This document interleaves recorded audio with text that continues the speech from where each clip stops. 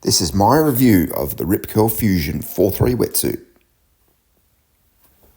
Okay, fresh out of the box, Ripcurl Fusion wetsuit 4.3. Not as hard to put on the Zip 3 as I thought, and tell you what, this does not feel like a 4.3. I can't believe how comfortable this is straight out of the box. Just feels brilliant. Arm movement feels great. The fit is fantastic. Cooking a little bit inside, but this wetsuit does not feel like a 4.3. Could not be happier with the fit. Probably loosen up a little bit. The neck is nice and tight, but not too tight. Just the flexibility, you can feel it's going to be good. I guess the big test is going to be see how it goes in the water, but the fit of this is fantastic. Okay, this is the first surf in the Ripcurl Fusion wetsuit. So let's see how dry it is. As you can see, all the seams there, nice and sealed. Okay, a couple of little wet spots just here on the wrist, a little bit there, and that one's quite wet, you can see, but I did wear a watch, so I reckon that might be why it's a little bit wet there, and just a little bit wet, you can see, just on the bottom of the ankles. So a little bit wet there, but as I'm coming up the leg, that is bone dry. Maybe just a little bit of wetness back here. Maybe just, if we call that, inside of the thigh. So a little bit wet, just there. This part of the wetsuit here, from basically your bum up, bone dry. Arms, the arms, bone dry. All the arms, all there, dry. If you come around to the front, all that there, around your chest, all that, all dry. There's a little bit of wetness just here on the top of the shoulders, but that's probably on me for a couple of shitty duck dives. But generally, that seal around the neck is really good. I just wore plenty on the head and almost no flush at all, except a couple of times when I didn't do it very well. So that's pretty much dry there. Look, under the arms, bone dry. Under the arms, bone dry. Tell you what, I reckon that's pretty good. And that's where you want it dry, in that middle section there, around your back, around your chest. That's where you want to keep warm, and obviously top of your legs, pretty dry. All in all, if it can keep like that for every surf, I reckon I'll be pretty happy. Okay, so here it is, putting on the wetsuit, as you put on a wetsuit hundreds of times. And I don't know if it's the weak neoprene or what, but look, hole. So as you can see, not too big.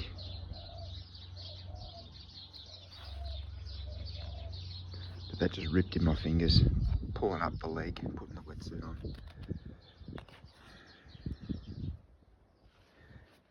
For a $800 wetsuit, not too happy. Okay. After wearing the suit about 4 times, I think I can probably have a good little review on it now after wearing it. So, comfort, probably the most comfortable wetsuit I've ever worn.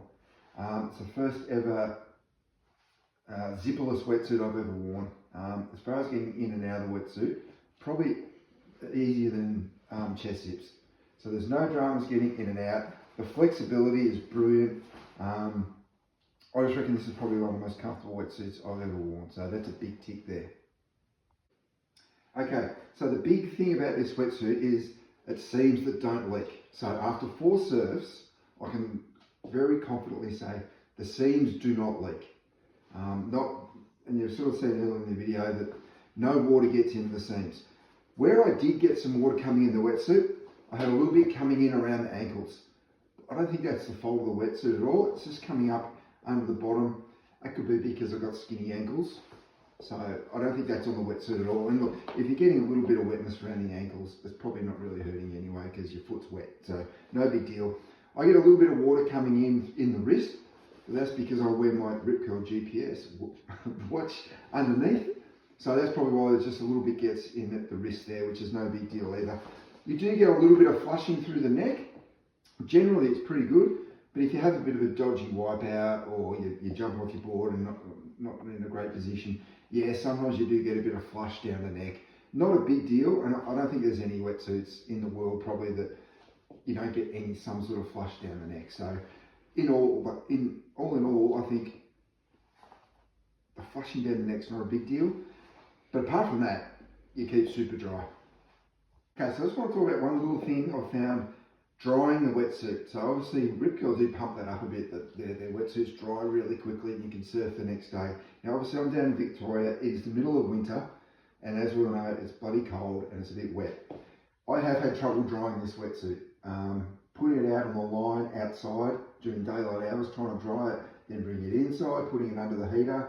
You've got to dry the outside, then if there's a little bit of dampness on the inside, you've got to try to dry that. So to be honest, haven't been able to really get it dry the next day, and even a couple of days later, it's still, unless you're probably pumping it under the heater, you're probably not going to be able to get this wetsuit dry for the next day. So that's a little bit of a negative, but it is the middle of winter, what do you expect? I would have thought when the weather warms up a little bit, it shouldn't be too much trouble getting it dry. But that's just one very slight negative, but what can you do? Okay, as you saw earlier, I did have a little issue with the wetsuit and it did get damaged. So as I said, I was pulling the wetsuit on, just pulling it up, pulling the leg up as you would do hundreds of times with wetsuits, and my finger did go through the neoprene a little bit. Annoying, yes, pretty disappointing as well. But to Ripcurl's credit, I took it back to Ripcurl on a Sunday. They had it back to me on the Thursday, which is really good. And I don't even know if you can see the repair on there. There is a very, very small patch there, which, to be honest, looks really good. And it's on the back of my leg, sort of on my hamstring area. So to be honest, I don't think I'm going to ever even think about it. Yes, disappointing it happened. Was I expecting a brand new suit because it happened? Well, it would have been nice, but no, not really. I was expecting them to repair it. They did it really quickly, and it looks like they've done a really good job, and I reckon the repair should last fine, and I don't think I have to worry about that little problem ever again. So I'll give Ripcurl a bit of credit there. Yep, they fixed it. It was good. So the big question, and why I'm probably doing this video, because I couldn't find any videos like this when I was looking for this wetsuit, because spending $850 on a wetsuit, it's not cheap, and most people, you know, would think long and hard about whether to spend that much on a wettie, because as we know, wetsuits, sometimes they don't last too long. So this is what I think, if this wetsuit is worth $850. Pretty much every wetsuit I've ever had, the main problem with the wetsuit is, over time, the seams where the stitching is will leak. Also where the seams and stitching is glued, they come apart. They're the two biggest problems, as you all probably know, with wetsuits that affect their longevity. With this wetsuit, now I know I haven't had it for that long, so only time will tell, but with this wetsuit, to be honest, I can't see where it's going to fail. There is no stitching on this wetsuit. You all probably know how they're made. If you look also too, there's just not many seams on it. One of the bits where they really do come apart is up around the shoulder area, where you're taking that wetsuit on and off pretty tightly around your chest. There's hardly any seams there, and if there is, they're really well glued. They've got the coating over the top. I just can't see where this wetsuit is going to fail.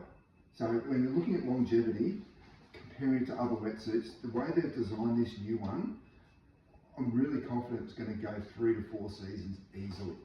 And when you combine that with the no seams and the no leak, I think the performance over that time is going to be really good as well.